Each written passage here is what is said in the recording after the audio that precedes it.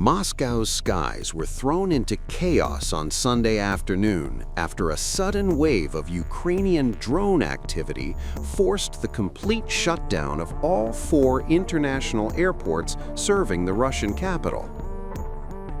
Authorities confirmed that Domodedovo, Vnukovo, Zhukovsky, and Sheremetyevo airports were closed until further notice, citing urgent safety concerns as air defense systems sprang into action. According to Russia's civil aviation agency, Rosaviatsia, emergency air traffic restrictions were imposed as multiple unmanned aerial vehicles approached the capital. Within just 1 hour, Russian air defense forces shot down 11 Ukrainian drones headed toward Moscow. Mayor Sergey Sobyanin announced the developments in real time, stating that another UAV had been intercepted while flying toward the city. In his latest update posted at 4 p.m. local time, Sobyanin confirmed the total number of downed drones had reached 11. The temporary shutdown sent shockwaves through travel networks, grounding flights and disrupting air traffic in one of Europe's busiest aviation hubs. The incident comes as the war between Russia and Ukraine approaches its 4th year, a conflict that has increasingly seen the use of long-range drones as both sides expand strikes beyond traditional front lines. Moscow claims Ukrainian forces regularly attempt drone attacks deep inside Russian territory, including the capital region. Kiev, meanwhile, continues to face heavy missile and drone barrages launched by Russian forces, just like it witnessed on Sunday.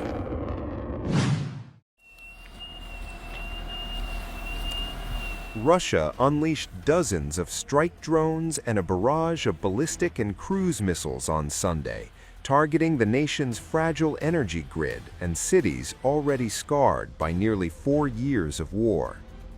Kyiv and its surrounding region shook under the assault. Explosions echoed across Odessa on the Black Sea, while Dnipro, Kirovohrad, Mykolaiv, Poltava, and Sumy also came under fire. At least 1 person was killed in the Kyiv region. Homes were shattered, railway lines damaged, more than a dozen houses reduced to splintered ruins. Regional officials reported 5 wounded as flames lit up the night sky. It was most certainly a rocket because there was a very distinctive whistling sound. We have heard rockets on many occasions, and it was truly that specific characteristic whistle. And in literally 2 or at most 3 seconds, it immediately crashed. This is a private sector. There are high-rise buildings, and further on, the city. There's nothing like that there. No industrial zones whatsoever. If you were to make a point about that, then no. Here it's all residential. Only people live here. There are schools, kindergartens, and private homes. So it's definitely not connected to any military facilities or any kind of industry. I felt the house shaking. The house was really shaking. It was clearly an impact, and the force was so strong. Everything shook. I jumped up, and my dog got scared too. Ukraine's Air Force said 50 missiles and 297 drones were launched in the overnight barrage.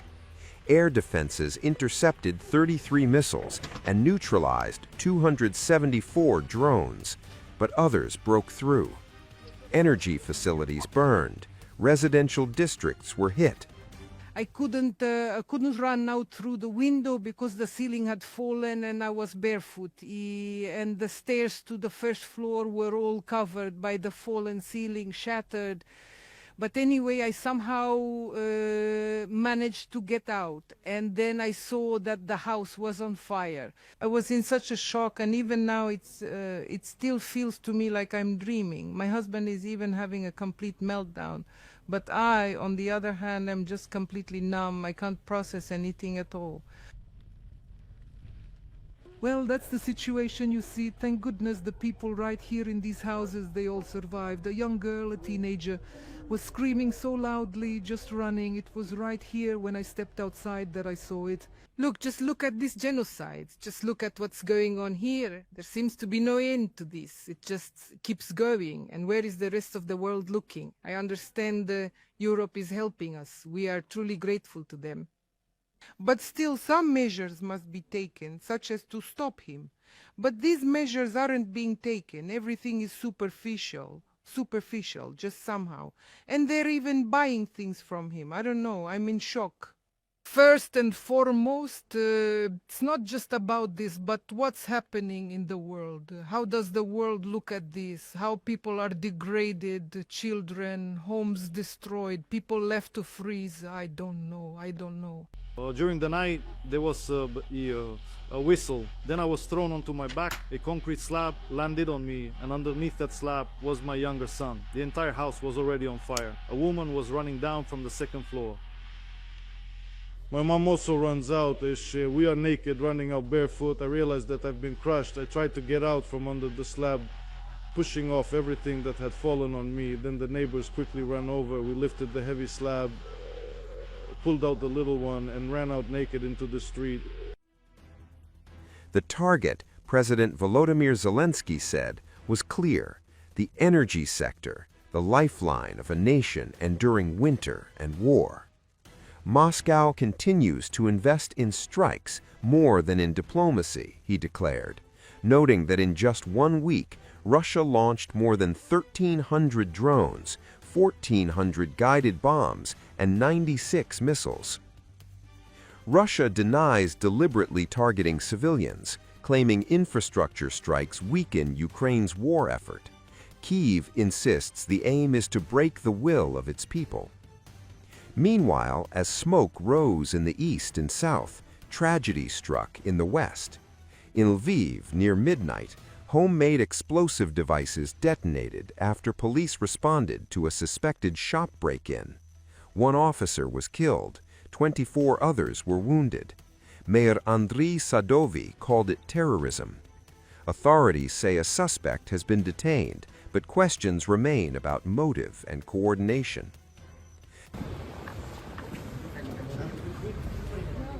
The violence comes as U.S.-led efforts to broker peace falter. Talks in Geneva earlier this month ended without breakthrough. Russia demands Ukraine withdraw from parts of the Donbas region it does not fully control, a concession Kyiv flatly rejects. And now, from St. Peter's Square, a voice of moral urgency. Pope Leo, addressing pilgrims after Sunday prayer, pleaded for an end to what he called an unbearable tragedy. "My heart goes out to the dramatic situation," he said. "So many victims, so much unspeakable suffering. Peace cannot be postponed." 4 years have already passed since the war against Ukraine began. My heart still aches for the dramatic situation that is plain for all to see. How many victims, how many precious lives and families have been utterly shattered? How much widespread destruction has occurred? And how much truly unspeakable suffering has been endured? Indeed, every war inflicts a deep and lasting wound upon the entire human family. It leaves behind a trail of death, widespread devastation, and a profound sorrow that scars generations. Peace cannot be postponed. It is an urgent and pressing need that must find its rightful place within our hearts and be translated into concrete, responsible decisions. It is for this reason that I forcefully renew my appeal. Let the weapons fall silent. Let the bombardment cease. Let an immediate ceasefire be reached without delay. And let dialogue be strengthened to open the path to peace. Amen. Yet as appeals for diplomacy echo across continents, missiles continue to fall. Power grids remain under siege. Families flee burning homes, barefoot into the cold. 4 years since the invasion began, Ukraine's skies are still filled not with peace, but with fire.